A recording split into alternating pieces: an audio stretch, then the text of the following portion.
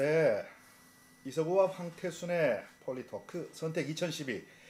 예, 오늘 또 주제가 아주 흥미진진합니다. 어제 문재인 안철수 후보 단일화를 위한 TV 토론 가졌죠. 많은 분들 아마 보셨을 건데 뭐 좀 아주 한마디로 결론을 이야기하면 누가 이겼던가 뭐 이런 얘기를 주제로 해서 오늘 얘기를 좀 나눠 보겠습니다.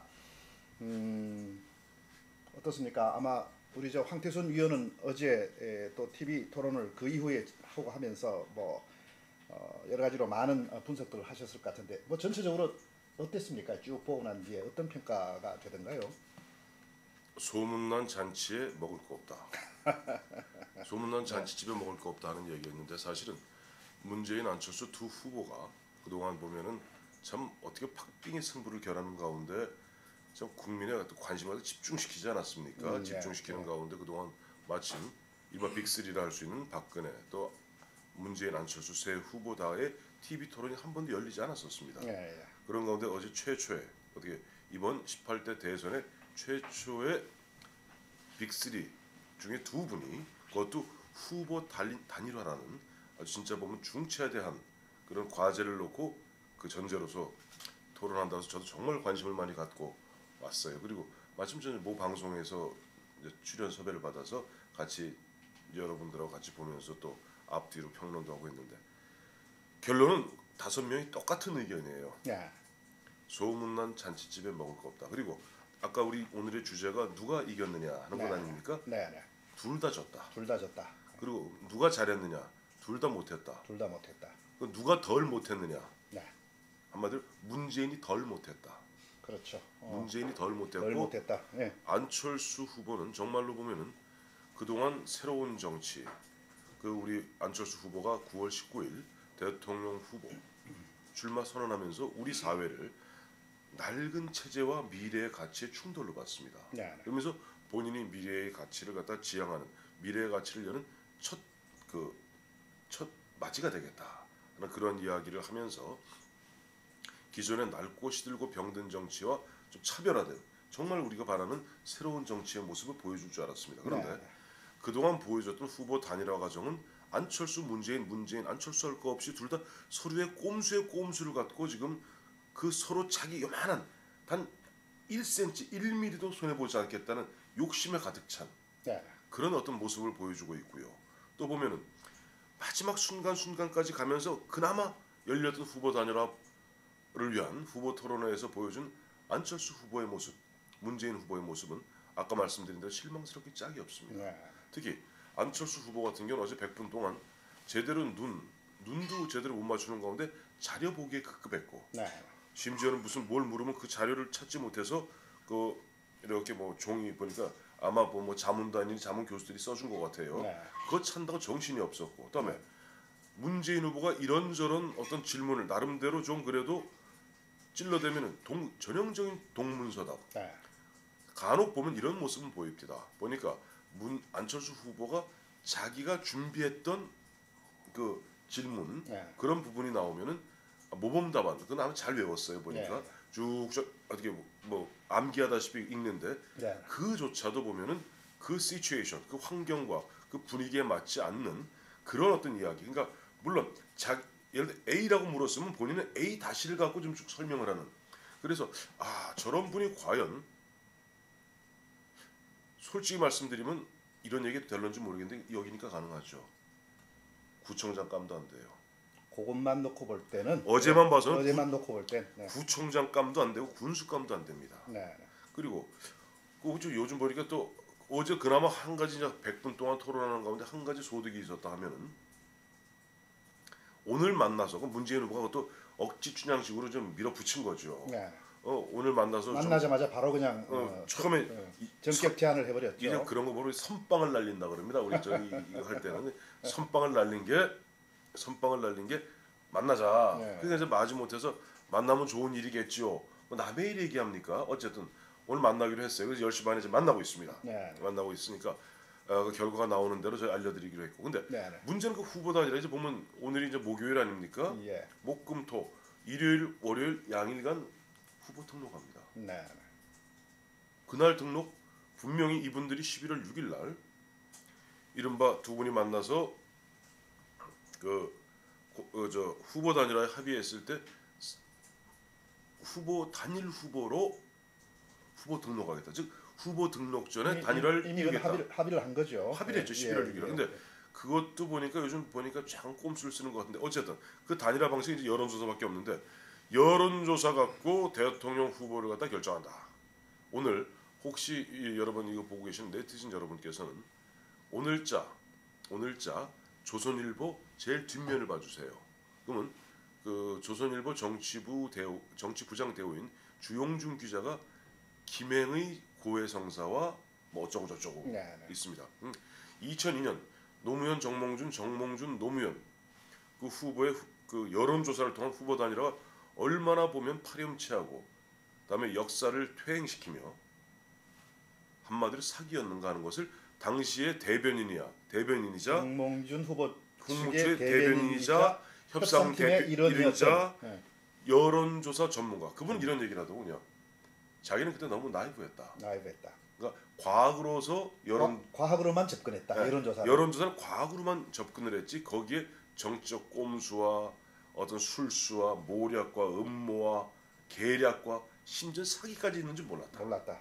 그것을 갖다가 보니까 그래도 용기 있게 고백했고 그 부분을 갖다가 주용준 기자 칼럼을 썼더라고요. 꼭 한번 읽어보시기 바랍니다. 네. 신문을 사보시기 어려울 때는요. 저 네이버나 다음 이런 데 치셔갖고 김행 고해성사 치시면 됩니다.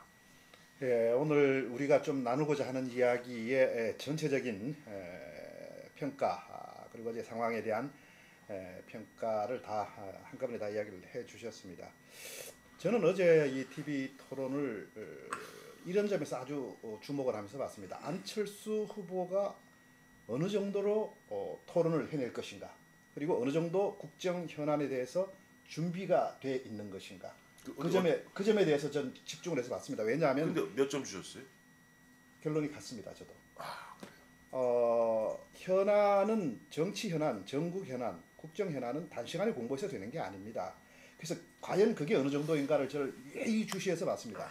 전 첫 번째 그 11일인가요? 공약집 내놓을 때 1차적으로 주시를 했고요. 왜냐하면 그동안에 새정치 이야기한 거 그 정신도 좋고 정말 우리 시대 그렇게 가야 됩니다. 안철수 후보가 말한 게 국민의 여망을 담아서 말한 거기 때문에 그렇게 가야 되는데 이제 문제는 과연 그것을 구체적으로 실현해낼 수 있을 것인가. 이 점을 예의주시를 하면서 봐왔는데 첫 저의 평가는 그 11일에 안철수 후보가 낸 종합공약집 그걸 처음에 주시를 했고요. 두 번째 요번 TV 토론을 주셨는데 두 번 다 제가 좀 나름대로 좀 걱정하던 대로의 결과였습니다. 그렇죠. 종합공약집 그때 나올 때도 보면 내용이 전체적으로 준비가 덜 됐습니다. 우선 내용 자체가 다 담지를 못했고 그 안에 내용도 또 개개의 내용도 보면 내용이 충분치가 않습니다. 그러니까 그때 그것을 좀 커버를 하려고 뭐 이런 제안도 합시다 저런 제안도 합시다라고 다른 제안을 막 내놓고 그걸 커버하려고 하는 모습을 보면서 그때 저는 보면서 개인적으로는 이제 안철수 대세로는 꺾였구나라고 생각했는데 어쨌든 시점이 그때부터 지지율이 떨어지기 시작했어요. 더 떨어졌죠. 예, 더 떨어졌죠. 물론 그것을 급히 단일 협상 중단이라는 걸 일단 막으려고는 했지만 이미 대세는 가고 있었다는 느낌이 하나 들고 두 번째는 어제 TV 토론이었습니다. TV 토론이었는데 보니까 지금 뭐 말씀 다 하셨지만 어떤 국정 현안에 대한 깊이 있는 이해 또 경험이 뒷받침된 이해가 없다 보니까 저쪽에서는 토론을 하자고 오는데 단답하고 그냥 가만히 앉아 있어 버리고 그렇죠. 예. 그 다음에 질문을 하는데 질문을 해놓고는 거기에 대해서 문제점을 지적을 하고 또 자기의 보완점을 이야기를 하고 토론을 주고받아야 되는데 질문을 하고는 답변이 나오면 나는 이렇게 생각합니다 하고 그 다음 질문을 넘어가요. 그게 말이 안 되죠. 원래 질문이라는 게 그건 자기 정견 발표하는 것이지 그게 토론이 아니죠. 얘기했는데 문재인 이런 답변이 나오면 당신은 그게 틀려서 박살을 내버리죠. 네. 그런데 그거를 그러니까 안 후보는 줄곧 주장하는 게 그동안의 여론조사에서 보면 박근혜 후보와 할 때 지지도는 내가 높다. 오로지 그거 하나만 가지고 그게 국민의 뜻이다. 그러니까 내가 돼야 된다. 그 결론 하나밖에 없는 그런 느낌을 아주 강하게 받았습니다. 근데 국장님, 저도 국민이거든요. 저도 세금 내고 이 대한민국 국민이고 50몇 년을 살아온 국민인데 저는 안철수에 그렇게 흔쾌히 제 권한을 위임한 적이 없거든요. 네. 근데 누가 그런 얘기 하더군요. 안철수에게는 이른바 차 떼고 포 떼고 뭐 여러 가지 뭐 분장해 놓은 거 다 떼고 나면 남는 게 딱 국민 한 자래요. 네. 그러니까 모든 걸 국민에. 사실 여러분 국민 파는 사람 조심하십시오. 국민 파는 사람 조심하. 제가 하나 퀴즈 하나 낼까요? 네. 우리 흔히 옛날 박정희 시대 때 막 독재할 때 파쇼라고 그랬죠. 예. 파쇼가 어디서 나온 얘기입니까? 파쇼. 파쇼. 파쇼는 저게 이태리 그렇죠. 무솔리니. 네. 파시스트에서 나온 거예요. 파시스트. 파시스트. 극우 정당이 파시스트입니다. 그렇죠. 극우 독재 정당. 자, 이제 나치스. 나치스가 어디서 나온 겁니까? 그거는 또 나치즘. 그건 그쪽이죠. 히틀러죠. 자, 나치즘을 독일 말인데요. 네. 영어로 풀어. 지금 퀴즈 다 나온 겁니까? 아니, 아니면 이제 여기서 본격적으로 나옵니까? 여기 나옵니다. 이제. 기본 상식부터 지금 확인하고 들어오시는군요. 네. 왜냐하니까 네티즌 분들이 네. 저 나치스 너무 들어가면 대바람에 들어가면 정신 없잖아요. 그렇죠. 그러니까 그렇죠. 하나하나 정리하자. 예. 파쇼. 그다음에 나치즘. 나치즘을 영어로 한번 해보십시오. 나치즘 영어로 그렇게 직접 연결해서 제가 생각을 내셔널리즘이에요. 내셔널리즘 그건 제가 처음 알았습니다. 예, 나치즘이 내셔널리즘. 바로 히틀러가 나치스당을 만들어서 집권할 때까지도 집권 이후에 약 12년 동안 독일을 통치하면서 45년 죽을 때까지 나치즘이라는 게 바로 국민주의입니다. 국민주의자, 국수주의자, 국가주의, 국민주의, 국수주의. 그래서 뭐 이런 걸로. 바로 히틀러가 팔았던 게 국민입니다. 네. 그래서 국민을 팔면서 이게 국민의 뜻이라는 거야. 아 내가 너한테 맡기지도 않는데 무슨 네가 국민이야? 뭐 그건 마치 옛날 저 루이 14세가 짐은 곧 국가로다 네. 하는 거하고 똑같은 이야기입니다. 네. 네. 나는 안철수에게 나의 어떤 권한과 내 의견을 위임한 적이 없는데 툭하면 이 사람은 국민 팔아요. 네. 국민의 뜻 팔아요. 국민의 뜻 저는 팔고 예. 그게 굉장히 위험합니다. 네. 바로 나치즘입니다. 네. 그 안철수 후보가 국민을 얘기하는 건 물론 그런 배경하고는 다르다고는 봅니다. 왜냐하면 좀 아니, 같아요. 같아요? 같아요. 저는 그러니까 자기가 예. 똑같아요. 히틀러가 보면 아시다시피 히틀러가 뭡니까? 육군 하사 출신, 뭐 하사를 제가 낮춰보는 건 아니지만 그 보면 제대 군인의 사실 보면 그 당시 아주 그 독일에서도 바이마르 지방에 아주 그 동떨어진 아주 열악한 사람이었습니다. 근데 네. 열등감에 가득 차 있던 사람이죠. 이 사람이 자기가 오로지 하나 그 달변의 기술과 나치즘, 국민주의 그거로 바이마르 공화국을 갖다 무력화시키고 그 당시 가장 이상적인 헌법이라는 헌법을 무력화시키면서 독재를 틀어잡는 과정이었습니다. 그것이 지금 말하는 안 후보가 말하는 국민이 결국 집권할 경우에 계속 진화 발전되면 그렇게 갈지는 모르겠습니다. 모르는데 지금 안 후보는 그래도 좀 나이브하고 좀 그래도 순진한 것 아닌가? 뭐 무슨 말씀이냐면 여론조사에서 줄곧 새정치를 주장하는 자신에 대한 지지율이 줄곧 높게 나오니까 그것이 국민의 뜻이다라고 하고 또 하나는 박근혜 대세론을 자기가 깼다라는 이야기를 하는데 그런데 그건 여론조사의 그 지지율을 어떻게 보느냐에 따라 다른 겁니다. 제가 볼 때는 우리 황 의원께서도 그런 이야기 한 적이 있는데 안철수 후보에 대한 지지율이 높다는 건 뭐냐?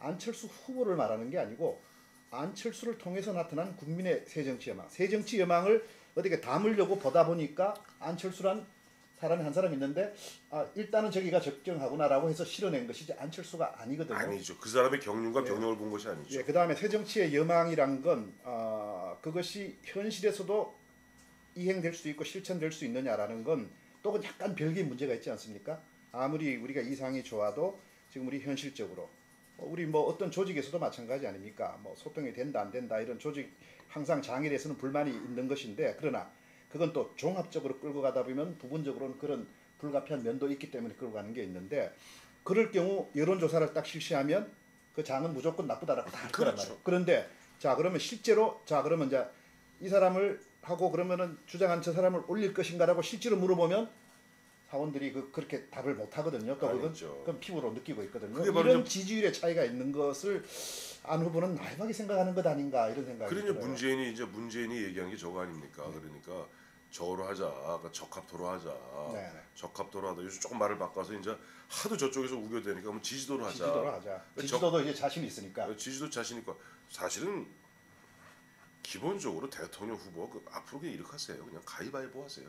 제일 편해요. 그리고 아까 여론조사도 말씀하셨지만 그렇죠. 그건 뭐 조작이 얼마든지 가능한 조작이 거죠. 얼마든지 가능한 뭐 조작이라는 이런 겁니다.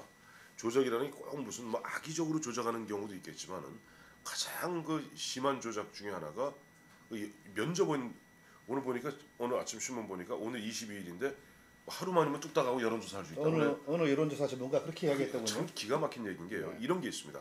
제가 이제 여론조사 면접원이면 자 우리가 2,000명을 갖다 뽑으려면요. 그 2,000명 응답을 얻으려면 아무리 응답률이 높아도요. 한 20% 응답률 잡아줘도 10,000명한테 전화를 돌려야 됩니다. 네. 자, 한 사람이 전화 하루에 몇 통 할 수 있을까요? 그럼 면접은 200명, 300명 면접원을 두고 그거 갖다 교육시키고 면접원이 제가 이렇게 전화합니다.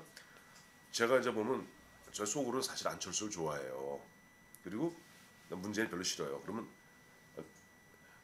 뭐 어떤 방식으로 하든 간에 뭐 안철수가 이제 주장하는 대로 박근혜와 네. 뭐 이제 가상 대결을 하면 예 박근혜와 안철수의 대결은 어떻게 보십니까? 그다음에 박근혜와 문재인 대결 어떻게 보십니까? 사는 우리나라 말에 다르고 어다릅니다. 예. 그리고 그래서 우리 국민들 아직 착해서요. 예, 상대방이 그런 식으로 이야기하면 선뜻 거절을 잘 못합니다. 못합니다. 네. 그리고 이런 게 있어요. 보면은 그 여론조사 할 때는 한 200명, 300명 그 부스에다 앉혀놓고 슈퍼바이저가 2명, 3명씩 그러니까 여론 면접원을 갖다 뒤에서 감독하는 사람이 있어요. 네, 네. 그래서 제대로 하고 있는지 그런데도 보면 제대로 안 나오면 또 다시 재조사 또 보면 이게 여론조사는 이렇지 않습니까? 대한민국의 모집단 즉 유권자 4천만의 그 모집단과 같은 형태로 2,000명의 표본 집단을 그렇죠. 추출해내려면요. 아주 정교하게, 그렇죠. 아주 공정하게 공정하게 해서 모양이 남녀 비율이 같아야 되고 전체 모집단하고 네. 그다음에 지역별 비율이 같아야 되고 연령별 비율이 같아야 됩니다. 이런 식으로 그거 설계하는 데만 참 제대로 설계하면 2박 3일 걸려요. 미국 같은 경우 왜 갤럽이라든지 미국 여론조사가 신뢰도가 있고 그 미국 같은 경우 여론조사만 보고도 이미 승패가 다 판가름 나지 않습니까? 네. 그 이유는 그와 같이 과학에 입각해서 철저하게 이 이론대로 원리 원칙대로 설계하고 조사하고 또 그것이 부족했을 경우는 재조사 또 재조사를 하기 때문인데 솔직히 말씀드려서 우리나라요 여론조사기가 좀 영세하기 짝이 없거든요. 그러다 보니까 무늬만 여론조사입니다. 네. 어떻게 보면 사이비에 가까울 정도의 무늬만 여론조사예요. 이런 비교도 가능합니다. 우리가 가끔 직장에 있으면 무슨 보험이든 카드든 이런 분들이 와서 이렇게 조사를 해 가잖아요. 예. 조금 해달라고 그러면 그러면 우선 실적 채우기 바쁘니까 그냥 그렇죠. 대충 하고 넘어가는 게 있어요. 건성 그렇죠. 예, 건성하고 그냥 그게 여론조사라고 크게 다르지 않을 것 같다. 우리 풍토에서는. 그렇죠. 그거는 엄청난 많은 숫자를 해야 되는데 영세한 규모에서. 그렇죠. 그리고 이 여론조사 관련해서는 지금 오늘 그 김행 부회장 얘기를 조선일보에서 오늘 다뤘는데 고백이라고 해서 다뤘는데 그 말씀하셨는데 제가 이야기도 해야 되겠습니다. 김행 부회장한테 그래서 추가로 또 오늘 좀 물어봤습니다. 물어보니까 역시 기자 정신 투철하시군요. 예, 물어봤습니다. 물어보니까 이렇게 이야기를 하네요. 무슨 근거로 그걸 그렇게 봤느냐 이야기를 하니까 그쪽에서 했던 사람이 자기한테 고백한 것이다라고까지 이야기를 해요. 그러니까 그쪽 진영에서 여론조사를 담당했던 사람이 그쪽 진영에서 나중에 팽을 당했다. 그래서 자기한테 고백을 해왔다. 그런 이야기거든요. 그러면 이거는 상당한 사실이고 그렇다면 어떻게 조작을 했느냐, 뭘 조작했느냐 그러니까 그건 처음부터 다 조작을 한다. 여론조사 업체 2개 선정할 때부터 이미 입김이 들어가고 모집단이라든지 할 때부터 다 입김이 들어간 것이다. 자기는 아까도 말씀하신 대로 여론조사를 사회과학적인 과학으로만 생각을 했는데 정치에서 그렇게 여러 가지 조작과 뒤에 입김과 들어가는지를 몰랐다. 아마 이런 고백을 하는데 그 추후에 좀 더 구체적인 정황까지 그렇게 이야기를 하는 걸 보면서 그런 것을 다 제거를 하고 하려면 제가 볼 때는 일주일도 어려울 것 같고요.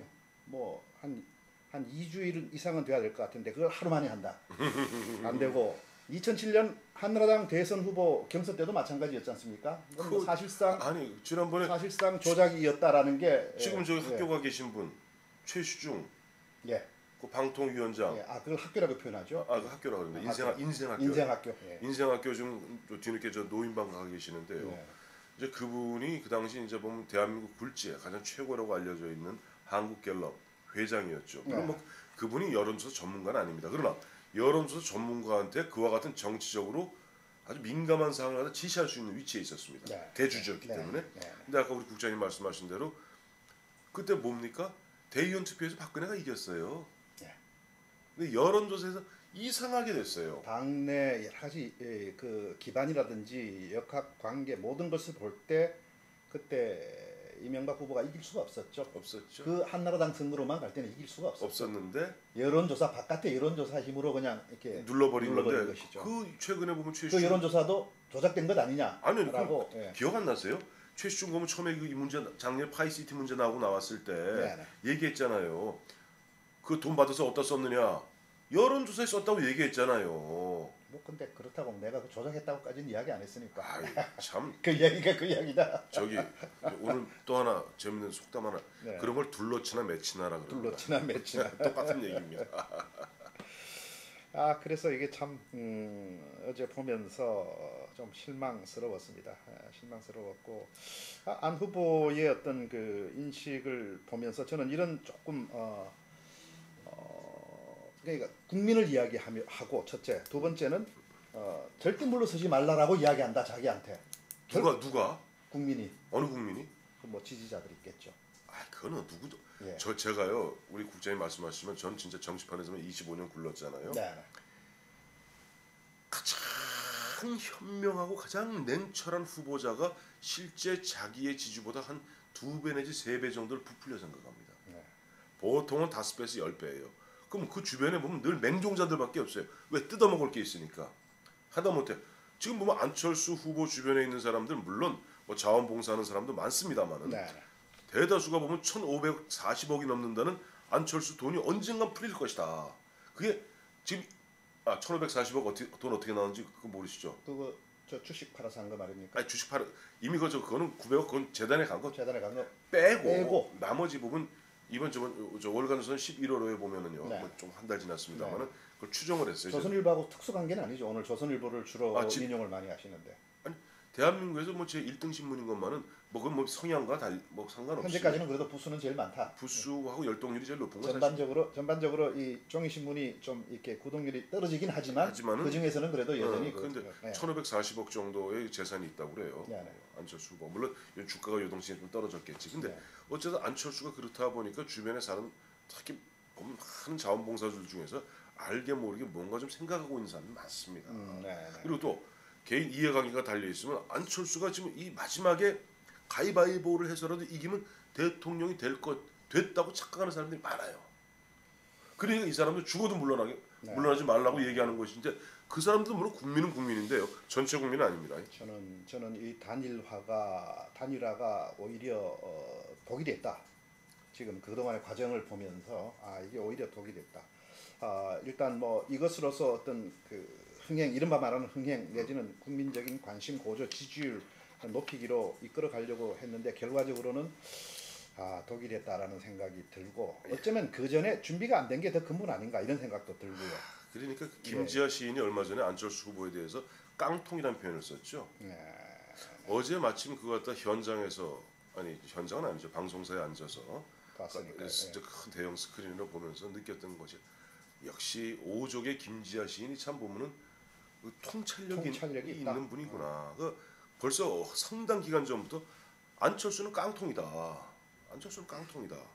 저는 그것을 계속 나름대로 검증하려고 예의주시를 해왔거든요. 네. 근데 이제 어제로서 거의 그런 결론이 저 개인적으로 나고 있습니다. 나고 있고 하나 이제 그 단일화 부분에 대한 평가도 그렇고 그다음에 또 하나는 지금 방금 말씀드린 대로 결코 물러나지 않겠다 이런 표현을 어제도 계속 쓰거든요. 계속 쓰더라고요.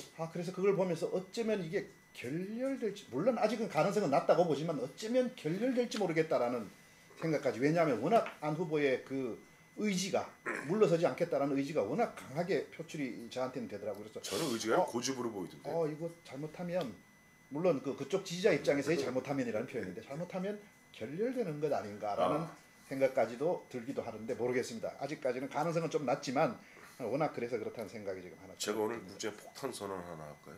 네.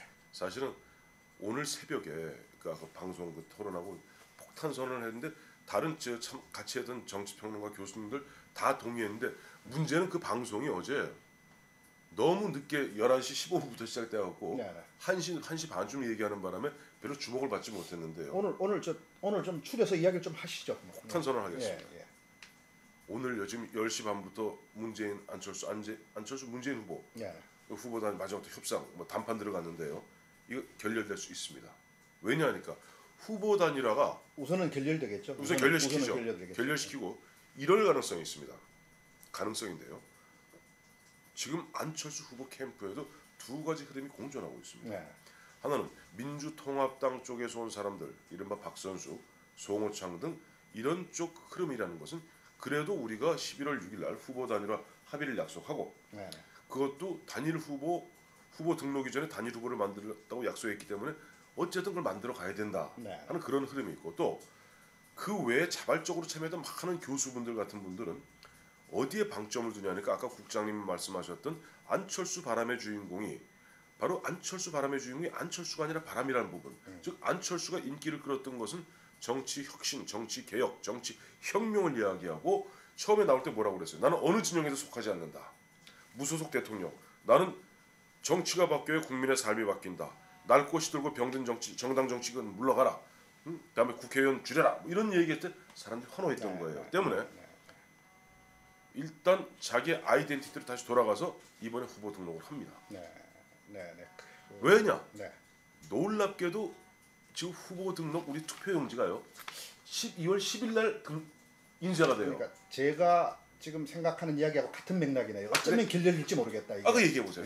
저는 그래서 12월 결렬되면 일단 등록은 또 하고 그다음 또 이야기는 할지 모르겠지만. 아니 그러면 12월 10일 날 등록하니 12월 10일 날 그걸 갖다가 인쇄를 하니까 9일까지는 뭐 27부터 이제 운동할 수 있거든요. 27, 28, 29, 30에다 9일 동안이면 13일을 더 운동을 할 수가 있어요. 운동을 하면서 거기서 자연스럽게 보면 3자가 아니죠 그때는 세 차례에 걸친 4일하고 9일인가 돼 있을 거예요. 저기 4일하고 16일이 마지막이니까 중간이 12일, 6일, 12, 4일 아니면 4일, 10일, 16일 아닌가요? 4일 하여튼 비슷한 시기. 예. 어쨌든 보면은 뭐 이정희 심상정까지를 갖다 포함해서 TV 토론도 할 수 있고 또 그런 가운데 놀랍게도 제가 어제 그 얘기했더니 다른 교수들도 깜짝 놀라던데요.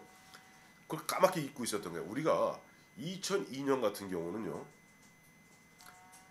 선거 운동이 시작되면은 여론조사 결과를 공표를 못했습니다. 즉 그때는 한 20 며칠인가 선거 운동이 22일 동안 깜깜이 선거예요. 깜깜이 선거고 마지막 여론조사 결과가 뭐냐니까 후보 단일화 직후에 나왔던 그 결과입니다. 그런데 이 2005년에 선거법이 바뀌었어요. 그래서 지금은 D-6일부터만 6일로 돼 있죠. 공포 금지고 즉 12월 13일까지는 여론조사가 매일 그 수많은 여론조사 기관에 지금 당장요 이런 게 있어요. 굉장히 중요한 얘기인데 잘 들어보세요. 지금 세 군데만 참여하겠다는 거 아니에요? 여론조사 결과라면은 이게 마이너 중에 마이너예요.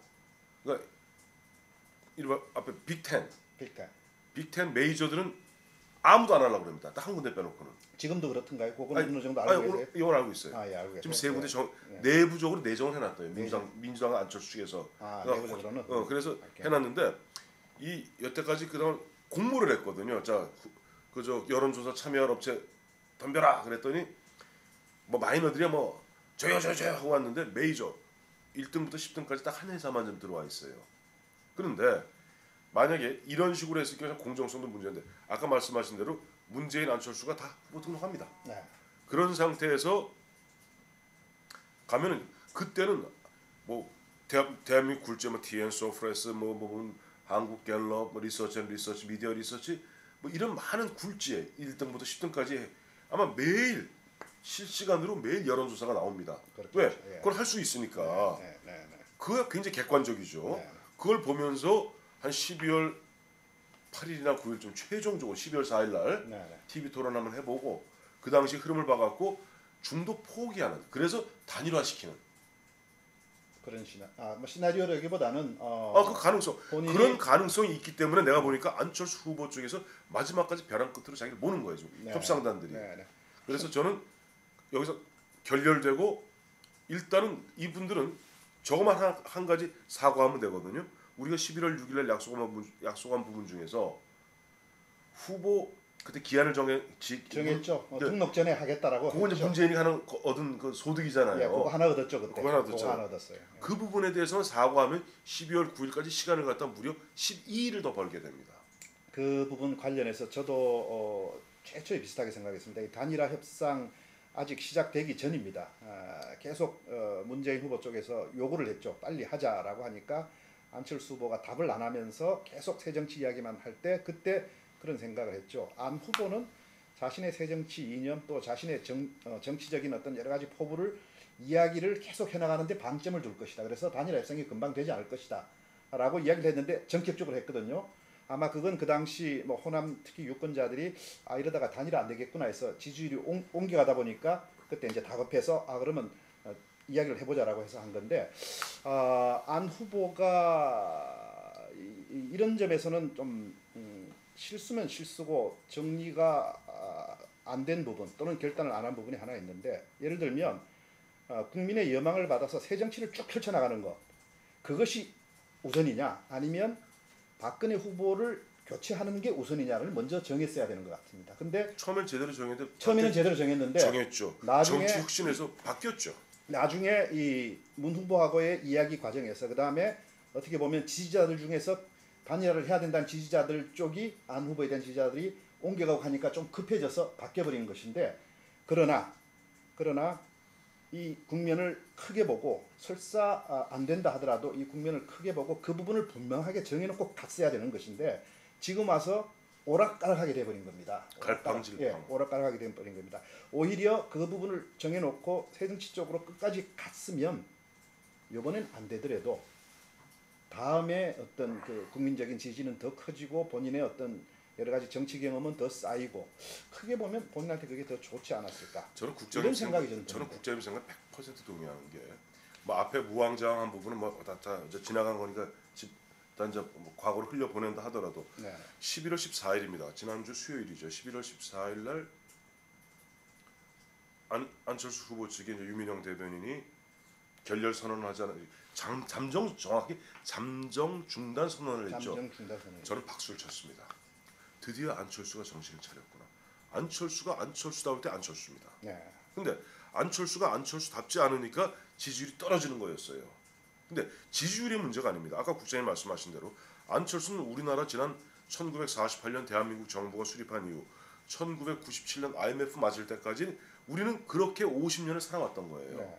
50년을 갖다가 국가가 중심이 되고 기업과 사회가 보듬어 안고 가는 그런 어떤 나름대로는 이른바 총력 집중 체제로 끌어왔고 그런 가운데 국민들이 편하게 어떻게 보면은 먹고 사는 건 좀 각박했을런지 몰라도 네. 국가의 보호하에 살았는데 그것이 무너졌던 게 97년 IMF고 네. 98년부터 그야말로 탐욕적 금융자본주의 믿기 이제 글로벌 스탠다드라는 이름하에 우리나라를 갖다 다 뺏어가지 않았습니까? 네. 네.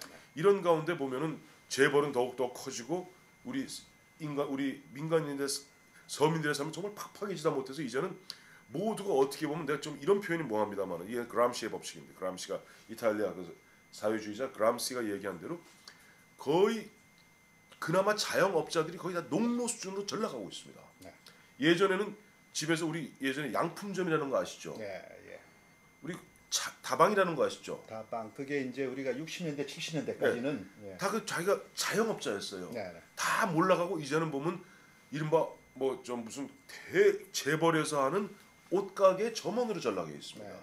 예전에 조그만 구멍가게 하던 아줌마들이 이제는 대재벌이 운영하는 24시간 편의점에 종업원으로 전락하고 있습니다. 그것도 정식 종업원이면 모르지만 시급제 시급제 뭐 이렇게 전락하고 예. 이런 부분에 대해서 국민들이 너무나 서민들의 삶이 팍팍하니까 아우성 쳤던 거예요. 야, 나라야, 직장아, 사회야, 재벌아, 너희들이 나한테 해주는 게 뭔데? 너희들이 나한테 해주는 게 뭔데? 예전같이 군림을 하려고 들고 사는 건 너희들 알아서 살든지 말든지 그야말로 귀신 그저 연명이나 할 수 있는 네. 몇 푼어치 돈 주어가면서 뜯어먹고 사느냐? 못 살겠다. 여기에 이것에 대해서 아니다.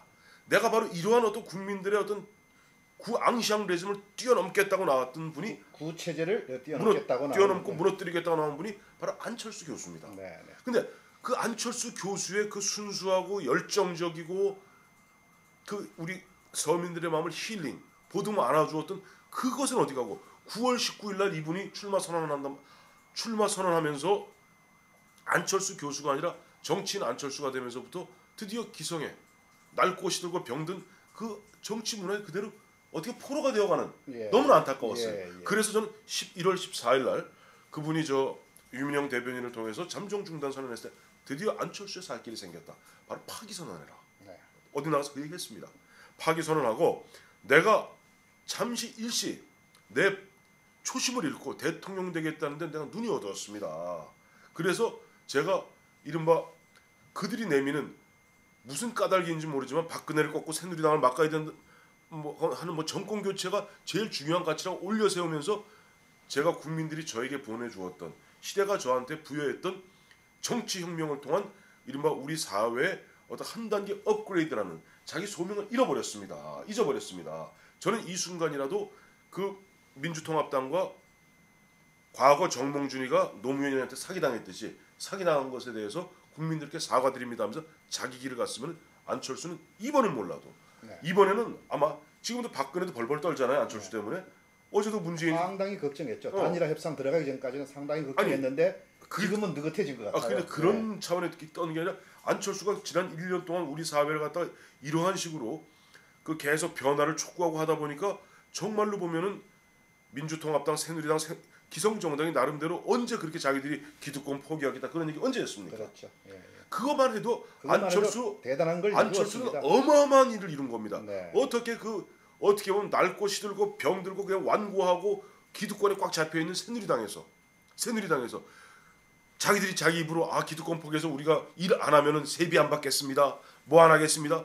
이런 어떤 이른바 진짜 네 죄를 네가 알렸다식의 고해상성 어떻게 나올 수 있었겠습니까? 안철수 교수가 있었기 때문입니다. 근데 안철수 교수는 사라지고 없고 기존 구도로 지금 들어가려고 하는 지금 순간이어서 이제 그것이 안타깝게도 정치인 안철수만 네. 남으니 정말 안타깝습니다. 네, 네. 그 이제 같은 맥락입니다. 안철수 후보가 지금 그 대통령이 이번에 돼야 되겠다라는 그 생각이 점점 굳어지는 것 같습니다. 그러니까 이 과정을 거치면서 기존 어떤 정치인들의 그 인식 속으로 지금 빨려 들어가는 것 같은데 지금 본인이 그동안 이야기해왔던 대로 대통령 되는 게 중요하지 않다라는 생각을 다시 초심으로 돌아가야 되는 것 아닌가. 그렇죠. 안철수 후보는 초심으로 다시 돌아가서 안철수가 안철수다울 때 그럴 때 국민들은 다시 열광을 하고 안철수 후보의 지지율이 더 강해지는 지금 사실 그동안에 안철수 후보 지지율이 높았다는 건 지금 그런 기대를 하고 되려나 하고 갔던 것이면서도 아직은 그러나 유보를 하고 있던 측면도 있었거든요. 그런데 그렇죠. 대통령을 해낼 수 있을 것인가라는 그런 점들은 안고 있으면서 바라봐 왔던 것이기 때문에 아주 강한 건 아니었습니다. 그러다 보니까 그 중에는 그렇다면 일단 문 후보로 가자. 문 후보도 좀 지지를 어느 정도 하는 후보들이 지지자들이 네. 그런 생각을 가지고 있다가 지금 이쪽으로 단일화를 그러면 해야지. 그러고 이쪽으로 이제 그러면 문 후보로 가야지. 뭐 이런 식의 어떤 지지도 변동이 있는데 이런 차원에서 그대로 안철수 후보가 그대로 그 구도 안으로 들어가 버리면 그걸로 끝이다. 안철수 후보는 퇴로가 없다. 출구 전략도 애초에 없었던 것이다. 그런 구도로 해서 들어갔다면 그것도 없이 들어간 것이다. 오히려 안철수 후보가 지금 새 정치의 여망을 담아서 대통령 되고 안 되고 관계없고 이번에 중요한 거 아니에요? 그냥 그걸로 끝까지 국민들한테 또 그게 국민의 뜻이 국민이라는 게 다른 거 아니지 않습니까? 국민의 그 뜻을 자기가 충실히 해낼 때 그게 국민이 되는 것이지 그냥 국민의 지지도가 높다는 것만 가지고 약간의 그거는 아직은 유보적인 게 담겨 있는데 그것만 가지고 해석을 하면 안 됩니다. 그래서 그걸 그렇게 갈 때 좀 약했던 지지도 조금 유보성 지지도도 더 강해지는 것이고 이번 되고 안 되고가 아니고 더 강해지는 것이고 그러면 차기 정권을 누가 잡을지 모르지만 잡는 동안에 계속해서 국민들의 여망이 그쪽으로 실리면서 정치 개혁은 누가 잡든지 간에 이루어지는 것이고 그 역할을 하면서 안철수 후보는 정치적인 역량도 커지면서 다음이 됐든 다다음이 됐든 그때쯤 됐다 준비가 됐다 그러면 혹은 그때는 아주 훌륭한 대통령 할 수 있는 것 아닌가 그런 점에서 저는 안타깝습니다. 그런 점에서 그런 면에서 저 세 가지 말씀드릴게요. 지난도 8월 말이니까 아직 안철수 교수였죠. 그때는 안철수 교수가 그 국민들이 관심을 갖고 지켜보는 가운데에도 애매모호한 안개 행보할 때인데 그때도 그 충남 홍성에 가서 그런 얘기한 적이 있어요. 그때 농업인들하고 만난 가운데서 나는 대통령 되는 게 목표가 아니다. 기억나시죠? 그랬어요. 근데 말이 달라졌어요 지금. 네. 난 돼야 되겠다라고 지금 하고 있거든요. 이제 대통령이 되는 게 목표가 돼버린 거예요. 그럼 안 돼요. 그거 안 돼요. 그때 초심. 대통령 되는 게 목표가 아니라 우리나라를 우리 사회를 어떻게 바꾸느냐 거기 어떻게 일조하느냐가 제 목표입니다. 이것이 바로 국민들이 안철수의 그 겸허함 안철수 교수죠. 그때는 안철수 교수에게 기대를 걸었던 것이고 두 번째 안철수 좀 후보가 이번에 천신만국부대 대통령 돼도요. 지금 만 50이거든요. 쉬운 다섯 뒤에 뭐 하려고 그래요? 그리고 아까 되지도 않습니다. 지금같이 지금 욕심에 가득 차서는 되지도 않습니다. 그리고 본인이 그와 같이 자기 자신을 비우고 나가는 순간 극단적으로 오늘 제가 안철수 교수라면 나는 지금 사실 솔직히 안철수 참모라면 오늘 해갖고 문재인한테 양보합니다. 이 양보예요. 여론조사하고 나발이고 필요 없어요. 필요 없어요. 그걸 왜 합니까? 어제 양보하고 그다음에 나는 내 새정치 길로 계속 가겠다 이렇게 해야 되는 그렇죠. 거예요. 새정치 길로 가고 그 양보라기 그냥 양보하면 안 돼요. 그냥 파기하고 내가 잘못 생각했다고 이번에는 불출마 선언하는 거예요. 그동안에 약간 엉켰던 부분들을 솔직하게 고백하고 국민들한테 사과할 건 사과한다든지 사과하고 불출마 선언을 해버리는 거예요. 왜 불출마 선언을 하면 출마 선언은 조금 뒤에 하고 그리고 등록을 해버리면 그 다음부터는 이른바 민주통합당 속 사람들이 욕을 버지기로 합니다. 그러니까 저 이른바 분열시킨다고 욕을 버지기로 하면서 새 정치 길로 이른바 정치 혁명의 길에 처음부터 시작하십시오. 그러면 분명히 다음 정권 문재인이 되든 박근혜가 되든 누가 대통령이 한 사람 되면 개헌 안 할 수 없습니다. 둘 다 개헌하겠다고 얘기해놨기 때문에 개헌은 4년 중임제입니다. 어쩌면 3년 반 만에 다음 임기가 끝날 수도 그렇죠. 있고. 3년 반 만에 끝나면은 안철수는 53살의 대통령이 돼서 8년, 4년 두 번 하니까 61살까지 할 수 있습니다. 대통령. 그러면서 정말 안철수 교수 당신이 안철수 캠프에서 혹시 영입할지 모르겠네요. 이걸 꼭 봐야지. 안철수 교수 당신이 생각했던 그 괜찮은 생각, 정말 좋은 생각, 그리고 당신이 처음에 문제 의식을 가졌던 우리 사회가 그 지난 IMF 이전과 IMF 이후가 다르고 그 이후에 정말 국가가 늘 당신이 얘기했던 LG동물원, 삼성동물원 속에서 국민들이 먹이로 잘 나가는 이런 사회를 바꿔보겠다는 그런 정말 깨끗한 그리고 정말 훌륭한 그 철학을 갖다가 꽃피울 수 있는 기간은 지금이 아닌 것 같습니다. 지금은 어떻게 보면은 지금도 역할은 많이 했습니다. 많이 했어요. 역할 많이 했어요. 1년 동안 너무너무 많이 그 역할을 계속 해나가면서 자신의 역량을 더 키워나가는 겁니다. 그러면 이번에 불출마 선언을 해버리면은 이른바 민주당 계열 그쪽으로도 욕을 안 먹습니다. 그리고 어떻게 보면 문재인하고 박근혜 문재인 페어하게 1대1 싸움 붙으라고 자기 빠지는 거예요. 그렇다면 자기 정치 혁명가로 남습니다. 2007년 경선 때 박근혜 후보 이명박 후보 경선에서 깨끗하게 박근혜 후보가 수락 연설을 했지 않습니까? 그걸 보면서 많은 사람들이 실제 이긴 건 박근혜다라고 이야기했거든요. 실제 이기는 게 안철수가 실제 이기는 길이 딱 하나 지금 그거단 말씀이죠. 그러니까 여전히 다시 자기가 대전제가 고해성사가 있어요. 그러면 지고도 안철수가 이기는 길. 그렇죠. 대전제는 고해성사를 해야 돼요. 고해성사를 해야 돼요. 그러니까 낡고 시들고 병든 기성의 정당 정치의 힘에 나도 포로가 되니까 정신이 없다. 정신이 없다. 죄송합니다. 근데 그건 박근혜 문재인 똑같은 거예요. 두 사람들 내가 얘기하면 새누리당 쪽에서 뭐라 그럽니까? 김무성이부터 나와서 안철수 뭐 이렇게 저렇게 욕하잖아요. 내가 아직 내 꿈을 내 이 의지를 갖다 국민들과 함께 펼쳐나가기에는 기성의 벽이 너무 두터웠으면 안다. 하지만 내가 이번에 불출마하는 것은 차라리 그냥 페어하게 너희들끼리 해봐라. 하지만 나는 그러나 이번에 참여는 안 하더라도 내가 정치혁명은 계속해 나가겠다. 불출마 선언하면요. 오히려 보면 안철수가 빵 터집니다. 그러면 뭐 가능성은 그래도 없지만 오히려 여러와 같은 국민들의 지지가 올라가면서 너 나와라. 거기까지만. 거기서 또 나와라. 또 나오면 진짜 나오면 안 되는 거지. 나오면 안 되는 거지. 거기까지만.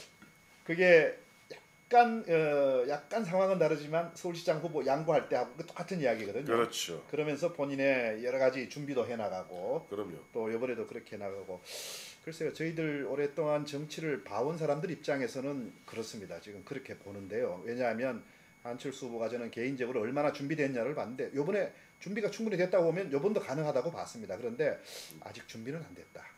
현실이라 정치는 현실이고 그렇죠. 국정과 외교 안보는 이건 현실입니다. 엄연한 현실이어서 그건 준비가 되어 있어야 되거든요. 그래서 그걸 확인하는 순간 저 개인적으로는 안철수 어제 후보가. 특히 보면 그 금강산 그저 금강산 강화 재개 문제 갖고 이제 뭐 사과 받고 저 예, 뭐 그게요. 그하고 계속 물고 불리면서 그게 저도 참 그 뭐 이 사례를 그럼 조금 말씀을 저도 한번 드려보겠습니다. 이게 문 후보가 안 후보에 대해서 지금 그 대북 정책이 MB 정권하고 똑같다. 그 전제 조건을 달고 있다라고 이야기를 하니까 아니다라고 그래요. 그래서 그럼 뭔가 하고 들어봤더니만 우리는 대화를 하려고 한다. 그래서 거기서 그 재발 방지 약속을 받으려고 그런다. 대화를 전제 조건이 지금 조건이 재발 방지를 받는 게 조건인데 대화를 해서 그걸 받으려고 한다. 그 똑같은 조건이거든요. 그 토톨로지예요. 어. 순환 논리예요. 대화를 한다고 한 게 했기 때문에 그건 조건 안 건 거 아니냐라고 하는데 대화하다가 지금 안 된 거 아닙니까? 그렇죠. 그런 식으로 현안에 대한 이해력과 정말 중요한 어떤 외교력 이런 외교 과정 이런 부분에 대해서 이해도가 정말 떨어지는구나라는 생각을 그 하나의 예입니다. 여러 가지 어제 그 예를 많이 봐왔는데 저는 그래서 아직은 준비가 안 됐구나. 이제 현실 정치에서 지금 이런 과정도 하나의 과정이라고 보는데 앞으로 현실 정치에서 밀고 땡기고 하고 거기서 때로는 자기가 잘못한 것도 경험하고 이게 이렇구나라는 거 이런 걸 좀 과정을 좀 더 거쳐야 되는 것 아닌가.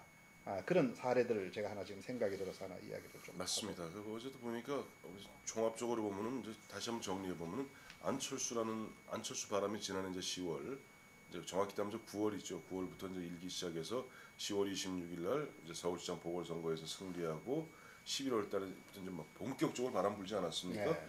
그다음에 이번 그런 바람 하에 사실은 한나라당이 무너졌던 겁니다. 그래서 새누리당으로 바뀐 거고 그 안철수 바람 때문에 구민주당이 무너지면서 현재 민주통합당이 생긴 겁니다. 그렇죠. 예. 그리고 4.11 총선을 갖다 즈음해서 그래도 그 역대 어느 때보다 많은 물갈이 물론 솔직한 표현은 그놈입니다만은 어쨌든 많이 물갈이 될 수 있었던 그 힘의 배경도 안철수 바람입니다. 네. 그리고 물갈이는 됐지만 지금 말한 대로 그놈이 그놈으로 바뀐 거에 따르면 국민들한테 잠시 눈속임한 거에 다름없죠. 그거까지 안철수가 앞으로 고쳐내야죠. 고쳐내야죠. 그리고 또 4.11 총선 끝나고 보면은 지금 기성 정당이 보면 벌벌 떨면서 뭐 국민 참여 경선하겠다, 특권 내려놓겠다. 그때 안철수가 기득권 내려놔라. 기득권 서로 경쟁적으로 내려놓지 않았습니까? 그렇죠. 다음에 경제 민주화해라. 또 경쟁적으로 경제 민주화하지 않았습니까? 그래서 우리 어쨌든 기성의 정치권이 안철수 바람에 아마 과거 1년 전하고 비교해 보시면은 옛날에 박근혜가 이랬던가 할 정도고 옛날에 문재인이 이랬던가 할 정도로 많이 바뀌어 있습니다. 그것만 해도 안철수는 우리 사회 발전에 어마어마한 기여를 한 겁니다. 네. 그리고 앞으로 보다 더 긴 안목에서 기여하기 위해서는 안철수가 지금 벌이고 있는 단일화에 어떻게 보면은 숫자 노름, 꼼수거든요. 단일화의 꼼수고 뭐 조금 숫자- 좀뭐그 거창 내지는 좀 고상하게 표현해서 프레임 뭐 그런 것이고 그런 건데 또는 어떻게 보면 또 함정일 수도 있고요. 그렇죠. 네, 그런 것을 벗어나서 본인의 초심.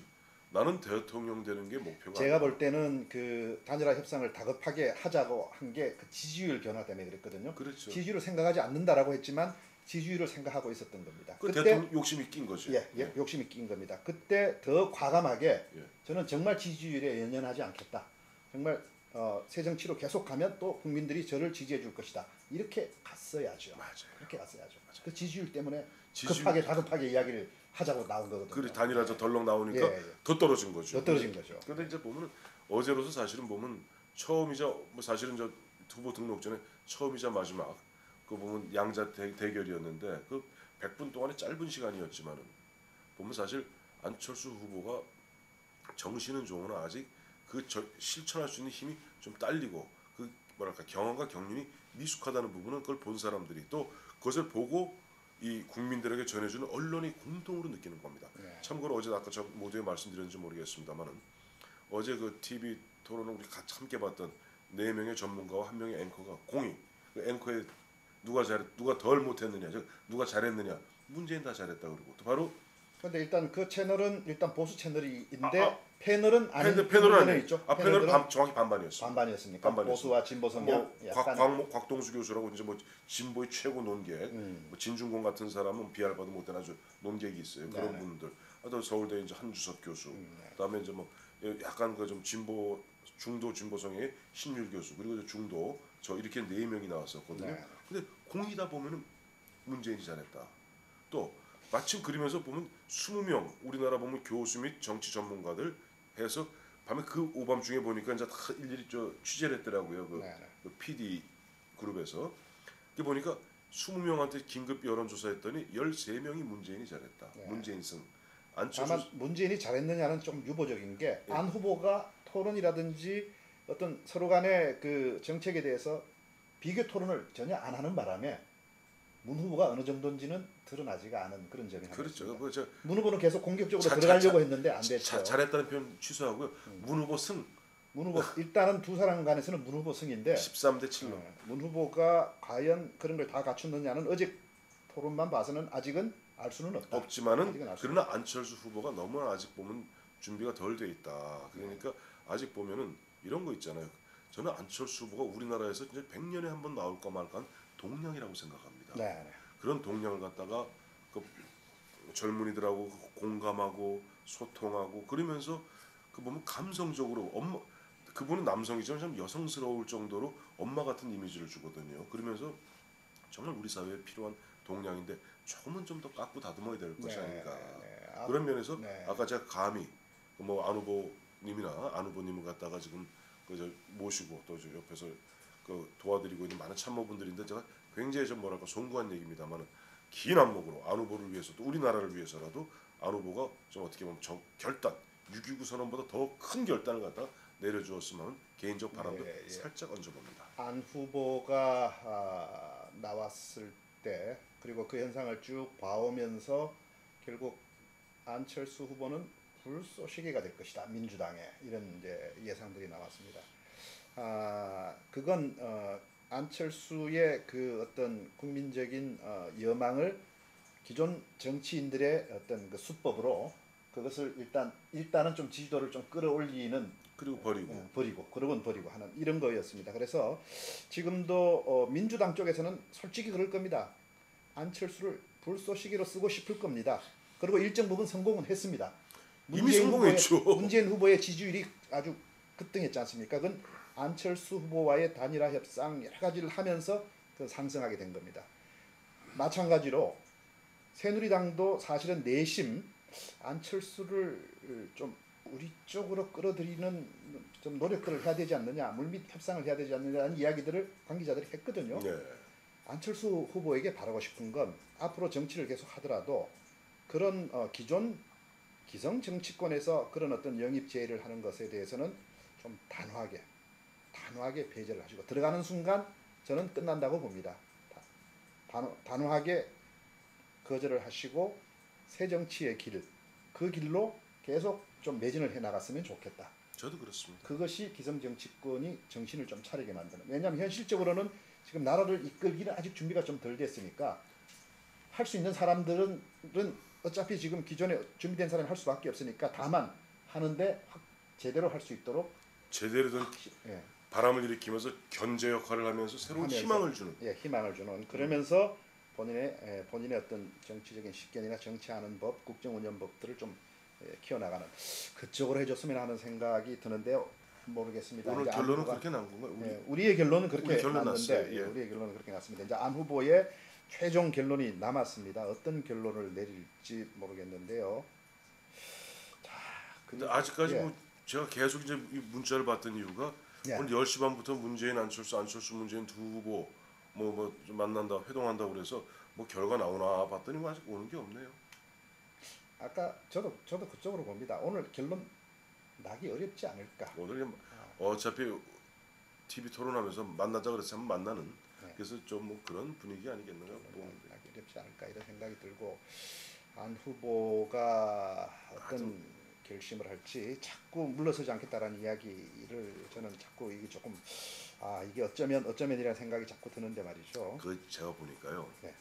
제가 쭉 보니까 그런 순간에 간단해요. 안 후보가 참모들하고 상의하면 절대 안 됩니다. 그 참모들은 사실 정치적인 이해관계를 가지고 들어온 것이죠. 다 이해관계 있어요. 다 이해관계이기 때문에 절대 안 됩니다. 그때 누구랑 상의하면 되는 줄 아세요? 부인도 안 됩니다. 부인은 무조건 보면 이제 보면 붕 떠 있거든. 엄마하고 상의를 하세요. 진짜 위기의 순간은 그 어머니하고 상의하면 답이 나옵니다. 어떤 그래서 어머니와의 상의는 어머니의 상의를 어떤 의미를 가질까요? 어머니와의 그것이, 상의는 어떤, 이거죠. 예. 가장 어머니는 우리의 생명의 뿌리입니다. 우리 삶의 우리의 사고 방식을 갖다 처음 정해주는 게 엄마입니다. 그 엄마와 상의하라는 것이 뭐 진짜 가서 엄마하고 상의하라는 것이 아니라 그런 마음으로 혼자서 자기 어떤 엄마랑 딱 둘이 얘기한다 그런 느낌을 혼자 절대 고독 속에서 1시간만 생각하십시오. 결론 나옵니다. 자, 이 만약에 안 후보가 단일화에 결국은 응하고 지게 되면 미래 그 없어요. 다음에는 어떻게 될까요? 안 미래 후보가? 없어요. 안 후보는 미래 없습니다. 일단 다행히 이긴다면 뭐 본선 승리 여하 관계없이 세력을 그래도 좀 이렇게 꾸려갈 수는 있을 텐데 근데 만약에 진다면 그게 퇴로가 아무리 없어요. 봐도 없고 본인도 그까지는 생각을 안 한 것 같아요. 아니 이건 정치를 계속 한다고 이야기는 하더라고요. 하는데 근데 내용이 없어요. 아니 정몽준이는 그 어제 누가 곽동수 교수 그 얘기합니다. 정몽준 의원은 당시 울산 지역구 의원이고 울산은 현대중공업의 아성 아닙니까? 네. 그 지역구 의원 빠져서 의원이라도 하지. 안철수가 만약에 진짜 여론조사 지면요 아무것도 할 거 없습니다. 안 될 것 같아. 그게 저도 그림이 안 그려지거든요. 질 경우에 과연 뭐 선거 연대하고 하는데 그게 될 것인가? 아이고 안 아마 될 것 아마 같아요. 박선숙을 비롯해서 지금 민주통합당에서 온 또 유민영이 같이 옛날 김근태 비서관 했죠. 청와대에서 참모하던 친구들은 아마 내 언제 그랬냐는 듯이 바로 지금 이른바 공동선대위로 들어갈 겁니다. 네. 그리고 안철수 역할이라고는 그야말로 선거 기간 22일 동안 문재인 옆에서 빵긋빵긋 웃는 네. 그 뭐 장식품이죠. 네. 그때 노무현 정몽준 단일화에서 정몽준 후보가 패하고 난 뒤에 그쪽 진영이 겪은 정몽준 후보가 겪은 그 수모는 말로 표현할 수 없다라고 이야기를 하고 그게 바로 하루 전에 폭발. 지지철회로 나타났다. 이런 폭발한 이야기를 이제 그쪽 진영에서 하는데 여러 가지 점들을 많이 좀 생각을 해봤으면 해보시고 좋겠습니다. 해보시고 저희들의 오늘 대안철수 제안은 아까 말씀드린 대로입니다. 한번 잘 초심으로 돌아가서 생각하시고 생각해봐요. 초심으로 돌아가서 대통령 되는 게 문제가 아니고 단일화하는 게 문제가 아니고 새 정치를 기득권을 버리고 국민을 위한 정치로 가는 길이 무엇인가 초심으로 돌아가서 지금이라도 생각하시면 답이 나올 것이고 길이 보인다. 국민들의 열광은 계속될 수 있을 것이다라는 게 결론인데 그때 열광이 다시 오른다고 헷갈리지 말고 초심을 지켜라. 초심을 지켜라. 예, 초심을 지켜라. 오늘 좀 그런 결론을 저희들을 내보겠습니다. 예, 오늘 이서구와 황태순의 폴리토크 선택 2012 상당히 또 중요한 오늘 저희들 주제를 가지고 토론을 했습니다. 야권 단일 후보 누가 될 것인가? 아니면 안철수 후보의 앞으로의 행보는 어떠해야 할 것인가? 저희들 제안도 실어서 오늘 토론을 나누었습니다. 네, 감사합니다. 다음 주에 뵙겠습니다. 좋았습니다.